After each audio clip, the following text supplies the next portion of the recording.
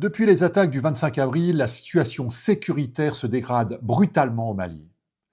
En effet, des opérations coordonnées ont visé plusieurs points stratégiques du pays, avec l'implication de Jenim, un groupe djihadiste affilié à Al-Qaïda, et du Front de libération de l'Azawad, à dominante touareg. Ce qui frappe, ce n'est pas seulement l'ampleur de ces attaques, c'est leur portée politique.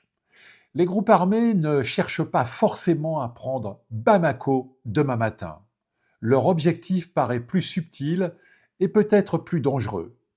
Ils veulent démontrer que le pouvoir militaire malien, malgré son discours de fermeté, ne contrôle plus réellement le territoire.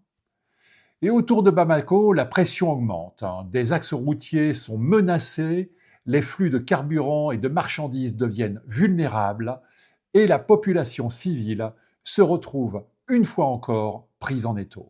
Le pouvoir d'Assimi Goïta affirme que la situation reste sous contrôle.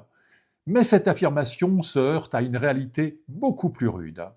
Depuis le départ des forces françaises, puis de la mission de l'ONU, Bamako s'est tourné vers Moscou. Or, l'appui russe ne suffit manifestement pas à stabiliser le pays. Le Mali est donc face à un double piège.